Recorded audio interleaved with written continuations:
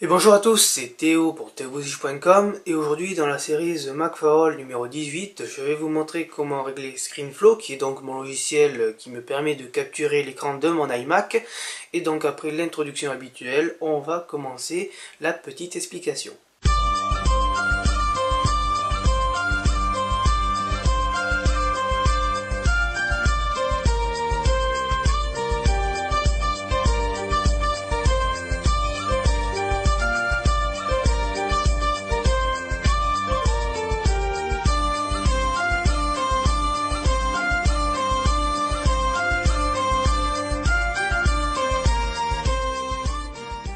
Alors aujourd'hui, pourquoi vous faire un petit tutoriel sur ScreenFlow? Tout simplement parce que j'ai constaté que la majorité des blogueurs qui utilisaient ScreenFlow ne savaient pas l'utiliser correctement. Donc ne voyez aucune prétention dans mes propos, mais c'est la réalité, puisque j'ai constaté que la majorité des gens sur le web avaient un rendu final de ScreenFlow qui était parfois dégueulasse. Moi-même, lors de mes débuts sur ScreenFlow, je vous accorde que le rendu était vraiment dégueulasse, même mon APN qui était donc le WX5 filmait mieux pour vous dire donc la qualité finale. Donc maintenant que je sais à peu près le régler, je ne vous dis pas que je sais l'utiliser à 100%, ça serait vous mentir, mais je sais donc le régler pour que le rendu soit correct. Vous l'avez vu dans le précédent podcast sur Aperçu, mais voilà. Donc on va passer sur l'iMac, puisque si je vous parle encore, ça ne servirait à rien. Je vais vous montrer des cas concrets, et vous me direz si cela vous a aidé ou pas. Et donc si vous avez des questions, n'hésitez pas, puisqu'encore une fois, la série The Mac for All a été créée pour ça, et donc a vocation de vous aider. Alors là, j'utilise ScreenFlow qui est donc en dernière version en 3.0.3, c'est donc une version officielle, non craquée, donc ne me demandez pas les cracks dans les commentaires, je n'en ai pas. Donc ce qu'il faut savoir, c'est qu'à la base ScreenFlow n'était pas fait pour le montage vidéo. Sa première finalité, son unique finalité, était de vous rendre votre bureau de votre ordinateur Mac pour pouvoir le mettre dans vos podcasts, etc. De plus en plus maintenant, je constate que les développeurs, et ça c'est vraiment positif, développent ScreenFlow pour que les utilisateurs puissent monter leurs vidéos avec cela. C'était pas vraiment fluide à l'époque, mais maintenant ça l'est.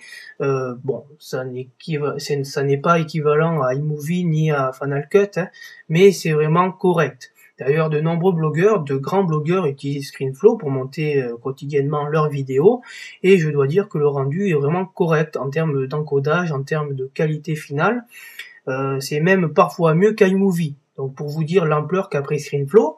Donc aujourd'hui ce n'est vraiment pas la thématique de vous montrer comment monter vos vidéos avec ScreenFlow, puisque moi je vous conseille fortement d'utiliser des logiciels dédiés au montage vidéo comme Final Cut Pro X, hein, comme par hasard, iMovie ou d'autres logiciels sur Windows Movie Maker, d'autres logiciels comme Adobe, je ne sais plus comment ça s'appelle, mais bon voilà.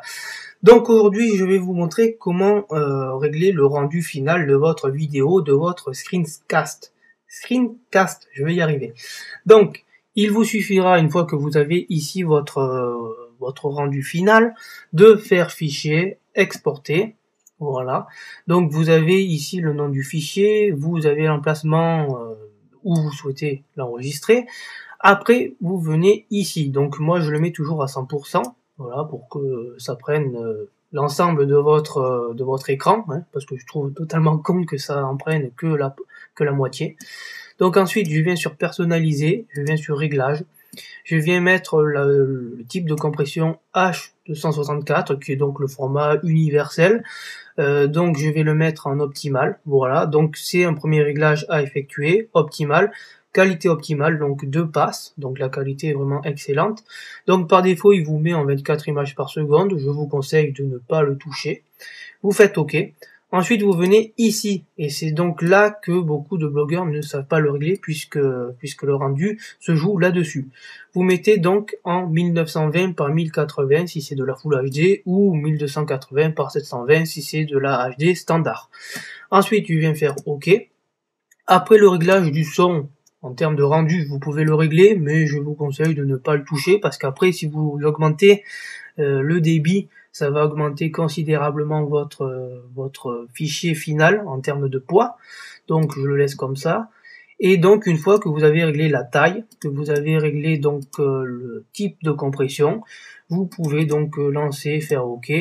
Et voilà, pourquoi ça s'est remis à 75, je ne sais pas, mais vous le remettez à 100% et vous faites exporter.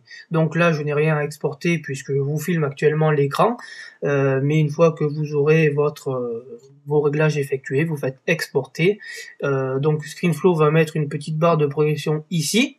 Donc si vous avez réglé, comme je vous ai dit précédemment, un réglage qualité optimale, ça va prendre un peu plus de temps, mais vous verrez que le rendu final est vraiment très très proche de ce que vous avez en format brut.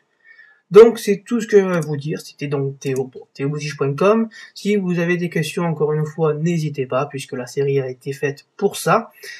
Moi, je vous laisse et je vous dis à très vite.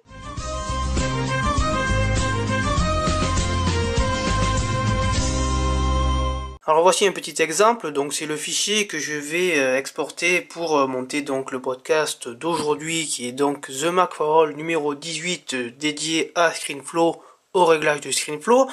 Donc c'est filmé avec le Next, donc c'est plus ou moins correct en final. Donc ScreenFlow, fichier, voilà, exporter. Donc je viens mettre ici 100%, hop là, personnaliser, réglage, donc H264, optimal, qualité optimale, OK. Ensuite taille, voilà, OK. Et ensuite OK. Donc là je vérifie bien que je suis à 100% et je vais faire exporter et donc l'encodage commence. Alors là ça va mettre plus ou moins de temps, alors je vais couper la vidéo bien sûr, mais je voudrais vous montrer la barre de progression. Donc petit Next, fais-moi la mise au point. Donc voilà, ça va mettre à peu près une vingtaine de minutes. Et donc, je vais couper la vidéo ici. C'est donc un petit exemple en situation réelle pour vous montrer comment exporter vos vidéos.